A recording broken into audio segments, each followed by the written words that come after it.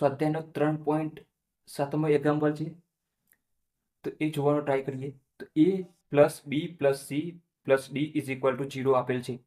નીચે આપેલ વિધાનમાંથી કયું સાચું છે તે આપણે શોધવાનું છે. એ આપેલો છે, દરેક દાખલાની રકમ વાંચીશું અને પછી એનું એક્ઝામ્પલ કરીશું. 4 એક્ઝામ્પલ આપેલા છે અહીંયા ABCD. તો એ એક્ઝામ્પલ છે ABCD દરેક શૂન્ય સદિશ છે. ABCD દરેક શૂન્ય સદિશ છે અને રકમમાં આપેલું છે. તમને શું આપેલું છે? સૌથી પહેલા અહીંયા શું આપેલું છે?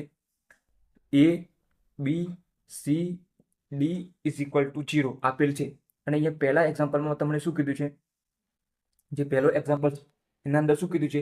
ABCD દરેક શૂન્ય સદિશ છે. શૂન્ય સદિશ એટલે દરેકનું મૂલ્ય 0 હોય. આપણે આગળ વાત કરી સદિશના પ્રકારના અંદર. તો દરેક શૂન્ય સદિશ શાને કહેવાય? તો જેનું મૂલ્ય 0 હોય એને શૂન્ય સદિશ કહેવાય. તો અહીંયા એના અંદર આપણે જવાબ લખીએ તો ABCD ઇઝ ઇક્વલ ટુ 0 બતાવેલું છે. તો અહીંયા એનો મતલબ શું થાય? A is equal to 0, B is equal to 0, C is equal to 0 અને D ઇઝ ઇક્વલ ટુ 0. આ દરેક વખત 0 થાય તો જ આનો સરવાળો 0 થાય.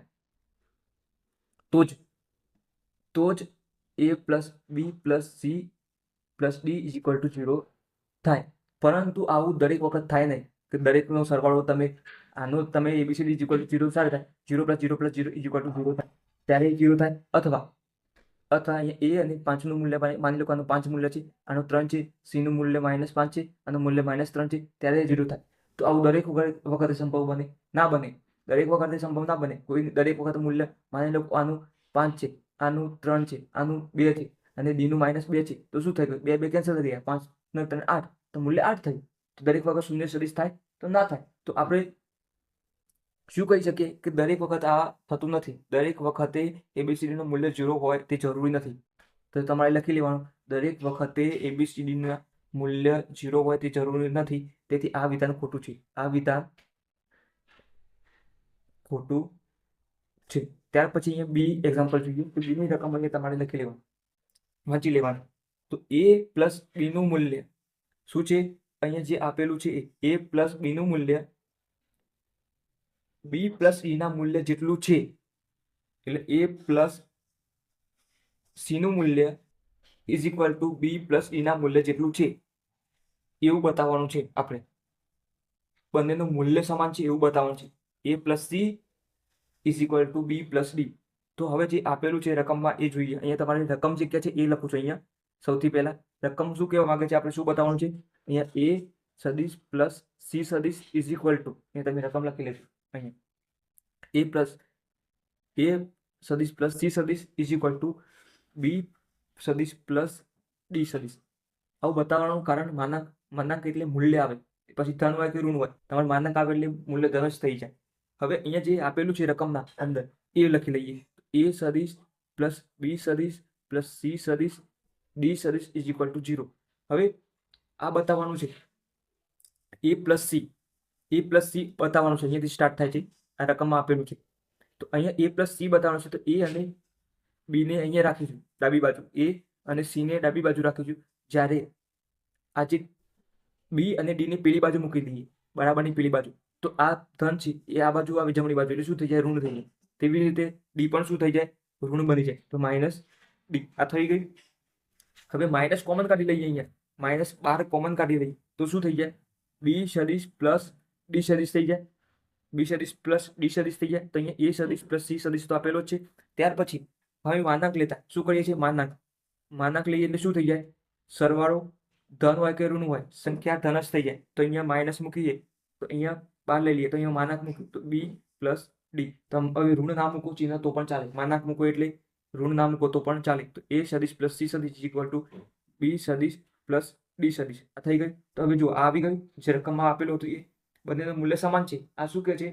A પ્લસ C નો સરવાળો કરો અને B પ્લસ D નો સરવાળો કરો તો અહીંયા તમારે 5 આપતા હોય તો અહીંયા શું આવશે? 5 પર 5 જ આવશે બંને બાજુ, ડાબી બાજુ અને બંને બાજુ શું આવશે? 5 જ આવે. તો મૂલ્ય સમાન છે પરંતુ ઋણ નિશાની દિશા સૂચવે છે. અહીંયા તમારે શું લખવાનું?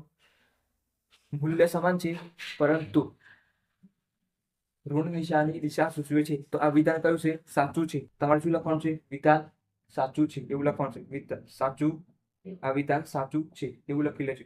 હવે આપણે આગળ વાત કરીએ C અને D ની. C સી અને ડી ની વાત કરીએ તો અહીંયા તમારે સી ની રકમ લખી લેવાની. સી ની રકમ લખી દીધી. હવે સી ના અંદર શું કે છે? એનું માન. એનું માન એટલે એનું મૂલ્ય બી, સી તથા ડી ના માનના સરવાળા. એટલે એનું મૂલ્ય બી પ્લસ સી પ્લસ ડી ના સરવાળો કરવાથી જે મૂલ્ય મળે એના કરતા વધારે ન હોઈ શકે એવું બતાવવા છે. તો રકમ જે કહે છે એ આપણે લખી દઈએ.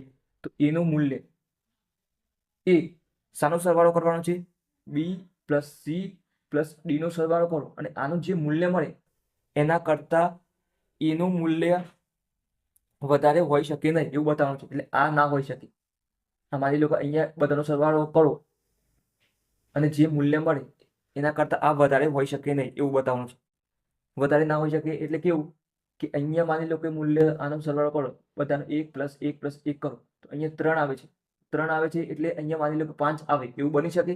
તો આ બની શકે નહીં એવું બતાવવાનું છે. તો અહીંયા શું કરીશું આપણે? જે રકમમાં આપેલું છે એ જ લખવાનું ટ્રાય કરવાનું. જે આપેલું શું છે? a plus B plus C plus D is equal to 0. તો અહીંયા શું લખવાનું? સૌથી પહેલા a plus B plus C plus D is equal to 0. હવે અહીંયા એ એકલું રાખવાનું છે તો એકલાને જ ડાબી સાઈડ રાખવાનું અને બીજું બધું શું મૂકી દેવાનું? જમણી તરફ. તો માઇનસ બી સદીશ માઇનસ સી સદીશ અને અહીંયા માઇનસ ડી સદીશ. બરાબરની પેલી બાજુ જાય તો ધન સંખ્યા ઋણ બની જાય. આ થઈ ગયું. હવે કોમન કાઢી દો. માઇનસ તો શું થઈ જાય? બીજું બધું પ્લસ થઈ જાય. અંદર કોમન કાઢતા આવડતું હોવું જોઈએ. કોમન કાઢો એટલે માઇનસ કોમન કાઢો તો જે માઇનસ તમે બહાર કાઢ્યા જોથી બધી સંખ્યા શું થઈ જાય? ધન થઈ જાય. અને ધન હોય એ ઋણ થઈ જાય. આટલો ફરક પડે.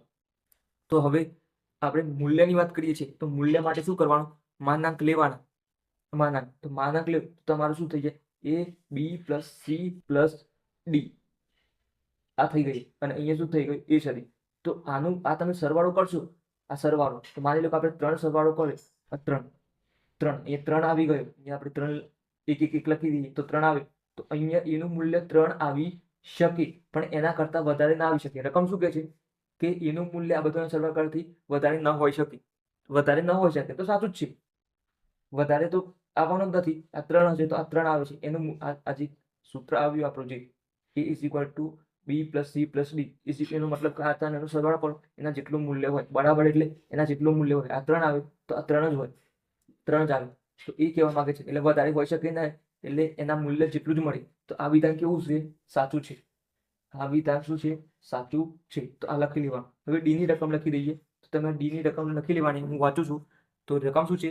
જો એ અને ડી એક રેખાસ્થ ન હોય તો બી પ્લસ સી અલ્પવિરામ એ અને ડી વડે બનતા સમતલમાં હશે. એ અને ડી થી એ અને ડી ના સમતલમાં હશે. અને જો એ અને ડી એક રેખાસ્થ હોય તો એ અને ડી ની રેખામાં હશે એવું બતાવવાનું છે. તો હવે રકમ વાંચતા જઈએ અને દોરતા જઈએ. તો સમતલ આ કોઈ પાટી સમતલ શું કહેવાય? પાટીયું છે એને સમતલ જ કહેવાય. તો અહીંયા આપણે એક સમતલ દોરી લઈએ. આ સમતલ દોરી દીધી તો અહીંયા બીજું પણ દોરી લઈએ. બીજું પણ દોરી દઈએ છીએ. આ થઈ ગયું. હવે શું કીધું છે પહેલામાં? જો એ અને ડી એક રેખાસ્થ ના હોય. એક રેખા હોય એટલે આ રીતના હોય એક રેખા. તો આ એક રેખા કહેવાય. જમણી જમણી તરફ એક જ રેખા એક જ લાઈન હોય એને એક રેખામાં કહેવાય. તો અહીંયા રકમમાં શું કહે છે? પહેલા એ અને ડી એક રેખાસ્થ ન હોય તો અહીંયા માની લો કે તમે અહીંયા ડી દોર્યો. આ ડી દોર્યો સદીશ ડી. તો અહીંયા તમે આ રીતના એ ના દોરી શકો. કાં તો તમે ડી આ રીતના ના દોરી શકો. એ આ રીતના ના દોરી શકો. ખબર પડી? એક રેખામાં તમે હવે એ રીતના ના દોરો તો તમારે એ કયું બતાવવું પડે? અહીંયા નીચે બતાવવું પડે આ રીતે કે આ રીતે ઉપર બતાવવું પડે. તો હવે આપણે એને કઈ રીતે બતાવીશું? ઉપર બતાવી દઈએ. તો શું કરીએ? અહીંયા આ રીતના એક રેખામાં ના હોય એટલે આ રીતના એને બતાવીએ. આ થઈ ગયું. એ અને ડી એક રેખામાં ના હોય તો બી પ્લસ સી. તો બી પ્લસ સી તમે હવે સરવાળો તમને ખબર છે. આપણે આ જોયું A plus C is equal to B plus D આવે. એવી રીતે એ અને ડી હોય તો બી પ્લસ સી વધ્યું તો તમારે મૂલ્ય ગમે તે અહીંયા આપણે તીર બતાવી દીધું છે. અહીંયા એ અને ડી અહીંયા આ દિશામાં છે. માની લો એ અને ડી આ બંને આ દિશામાં છે. તો તમારે બી પ્લસ સી તમારે આ દિશામાં બતાવવું પડે ત્યારે સરવાળો 0 થાય. થાય કે ના થાય? તો આવું બતાવ્યું. આ પહેલું સમજ. પહેલું જે વિધાન લખેલું છે એ અને ડી વડે બનતા સમતલમાં હશે. આ થઈ ગયું. હવે એ અને ડી એક રેખાસ્તમાં બતાવીએ. હવે એ અને ડી એક રેખામાં બતાવીએ તો કોઈ એક દિશામાં બતાવીએ. તો માની લો કે આ એ સદિશ છે. એ સદિશ તો પણ અહીંયા શું છે? ડી સદિશ. બંને એક રેખામાં હોય તો વધ્યું શું? અહીંયા જુઓ આપણે આપેલું શું છે? અહીંયા આપેલું શું છે? તમે જોશો તો a plus b plus c plus d is equal to 0 આપેલું છે. હવે અહીંયા આપણે શું બતાવવાનું છે, a અને d એક રેખામાં હોય તો a અને d આ બાજુ રાખી, a અને d આ બાજુ રાખે તો b અને c પેલી બાજુ જાય. તો હવે અહીંયા માઇનસ બતાવે છે, અહીંયા માના કરી દઈએ તો માઇનસ એટલે દિશા ઋણ બતાવે છે. તમારે તીર કઈ બાજુ બતાવી, આ બાજુ બતાવી તો અહીંયા b પ્લસ c આ થઈ ગયું. તો આ બધા એક જ સમતલમાં હશે, તો હા બધા એક જ સમતલમાં છે. અંદર સરવાળો 0 કરવાનો છે તો અહીંયા બધાનો સરવાળો થશે. આપણે આ સૂત્ર આપેલું છે રકમમાં અંદર, આ બધાનો સરવાળો બતાવવાનો 0. માની લો કે 5 અહીંયા 3, આનો સરવાળો 8 થતો હશે, માઇનસ થતો હશે, ત્યારે તો 0 થશે. એક સમતલમાં હશે ત્યારે 0 થતો હશે. આ વિધાન આપેલું છે a plus b plus c d is equal to 0. તો ક્યારે 0 થાય? બધા એક જ સમતલમાં હોય તો 0 થાય ને. તો અહીંયા આ વિધાન પણ કેવું છે? સાચું છે. શું લખશો તમે? આ વિધાન સાચું છે એવું લખી લેજો, સાચું છે.